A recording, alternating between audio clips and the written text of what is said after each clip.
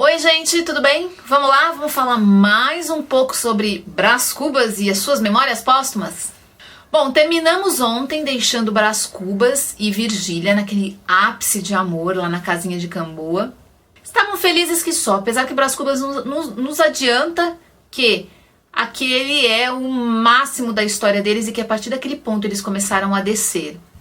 Isso é, a história foi ficando cada dia mais fraca. Mas o capítulo com que a gente abre hoje a nossa leitura se chama O Mistério. Brás Cubas joga um mistério para o leitor aqui, ao revelar que ele é abordado um dia por Virgília, que chega meio chorosa, triste, preocupada, e ele conta algo que mudou bastante a relação entre eles. Ela estremeceu, colheu-me a cabeça entre as palmas, fitou-me os olhos, depois afogou-me com um gesto maternal. Eis aí um mistério. Deixemos ao leitor o tempo de decifrar esse mistério. Ele não conta pra gente, então, como é safado, né, esse Brás Cubas. Ele não conta pra gente qual que é esse mistério até mais adiante, quando ele acaba revelando, meio que sem querer, né. Essa brincadeira do Machado com o leitor é realmente um dos pontos altos do livro. Bom, a verdade é que no capítulo seguinte, Geologia, a gente vai ficar sabendo que aquele tio de Virgília, o Viegas, que era até uma ameaça pros dois, lembra? Pois é, esse tio Viegas está quase morrendo. E Virgília começa a se dedicar com afinco a esse tio na intenção de que seu filho, Nhonhô, herde uma parte da fortuna desse tio. Brás Cubas fala aqui no texto: Virgília nutria grandes esperanças em que esse velho parente, avaro como um sepulcro, lhe amparasse o futuro do filho com algum legado. E se o marido tinha iguais pensamentos, encobria-os ou estrangulava-os. E aí ele começa a falar sobre essa característica do Lobo Neves de ser uma pessoa muito correta, né? Muito direito nesse sentido. Havia o que ele chama aqui em Lobo Neves uma certa dignidade fundamental. Uma camada de rocha que resistia ao comércio dos homens. Brás Cubas parecia até admirar Lobo Neves um pouquinho aqui nesse capítulo, quando fala que ele não se dobra ao comércio, quer dizer, ele não se vende aos interesses financeiros. Ele começa então a fazer o que ele chama de geologia moral do Lobo Neves. Sim, essas camadas de caráter que a vida altera, conserva ou dissolve, conforme a resistência delas, essas camadas mereceriam um capítulo que eu não escrevo para não alongar a narração. Digo apenas que o homem mais probo que conheci em minha vida foi um certo Jacó Medeiros ou Jacó Valadares. E aí ele entra na história desse Jacó. Interessante perceber que ele não lembra exatamente o nome, só no final que ele diz que o nome era Jacó Tavares. Eu não sei, aqui na minha edição não fala, se essa pessoa, se essa personalidade era famosa na época ou se tinha alguma relação com o nome, enfim, eu não consegui pegar isso aqui no texto. Mas dá a impressão que sim, porque no final do texto ele cita que o nome era Jacó Tavares. E aí ele fala que o Jacó era a pessoa mais correta, né? Probo, ele usa o termo probidade, né? A pessoa com mais probidade que ele tinha conhecido na vida. Mas um dia ele viu esse mesmo elemento, Jacó, mentindo 4 vezes seguidas, né? Uma vez respirados, disse eu ao Jacó que ele acabava de mentir 4 vezes em menos de 2 horas. A primeira negando-se, a segunda alegrando-se com a presença do importuno, a terceira dizendo que não ia sair e a quarta acrescentando que com a mulher. Jacó refletiu um instante e depois confessou a justeza da minha observação, mas desculpou-se dizendo que a veracidade absoluta era incompatível com um estado social adiantado e que a paz da cidade só se podia obter a custas de embaçadelas recíprocas. E aí ele se recorda do nome de Jacó. É muito interessante ele lembrar justamente nesse capítulo desse caso. Parece que aqui ele meio que justifica, né, o fato dele mentir, enganar e trapacear Lobo Neves, né, de tantas formas e constantemente, né. Parece que essa história do Jacó aqui, na minha impressão, ela entra na história meio que como uma justificativa para o comportamento dele com o Lobo Neves, que aparentemente queria até bem a ele, né. Não dá para ser muito sincero numa sociedade adiantada, diz o amigo dele aqui. É como se a sinceridade atrapalhasse de muitas formas a paz das cidades ou a paz entre as pessoas, né? É um capítulo para se levantar algumas discussões, né? Dá para se refletir bastante em cima desse capítulo de geologia. Mas o capítulo seguinte, o enfermo, a gente volta a falar do tio Viegas, que tá cada hora pior, tá cada hora mais ruinzinho, e a Virgília se dedicando cada vez mais. Brás Cubas tem uma observação muito interessante aqui, do como é diferente o tratamento de uma mulher interessada na fortuna de alguém e o tratamento de um homem que quer adular alguém também visando uma herança.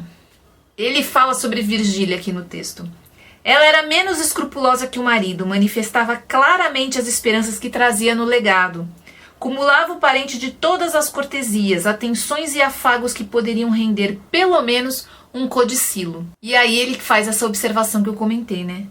A adulação das mulheres não é a mesma coisa que a dos homens. Esta orça pela servilidade, a outra confunde-se com a afeição. Quer dizer, a mulher é muito mais servil quando ela quer agradar alguém do que o homem, que começa a demonstrar afeição. É bem interessante essa observação do Brás Cubas aqui. Virgília está dedicada mesmo ao tio. E o tio parece ser muito simpático com a sobrinha e com o filho, o Nhonhô, né? Que é talvez o possível herdeiro aí dele. Mas parece que o velho está mais preocupado em construir uma casa e fica só falando disso, né? Ele fica falando sobre os detalhes, contando sobre valores para Virgília. Aí que o capítulo seguinte, in extremis, é o capítulo onde o tio Viegas finalmente morre, mas não morre assim. É muito interessante porque nesse capítulo aqui a gente percebe que Brás Cubas faz questão de frisar os últimos momentos desse tio Viegas discutindo sobre o preço daquela casa que ele tanto queria. Ele escolhe justamente os últimos momentos de vida dele para negociar essa casa com um comprador e fica uma disputa de valor. Nenhum cede, nem o outro cede, e os últimos momentos do tio são assim, discutindo o preço da casa. O velho morre no meio daquela discussão ali, sem fechar o negócio, e parece que a intenção é justamente mostrar como que era a cabeça desse tio Viegas, né? Como que funcionava e como ele usou até o último suspiro para tentar ganhar um lucro extra na casa que ele tinha construído. O tio permaneceu negociando o seu dinheiro até o último instante.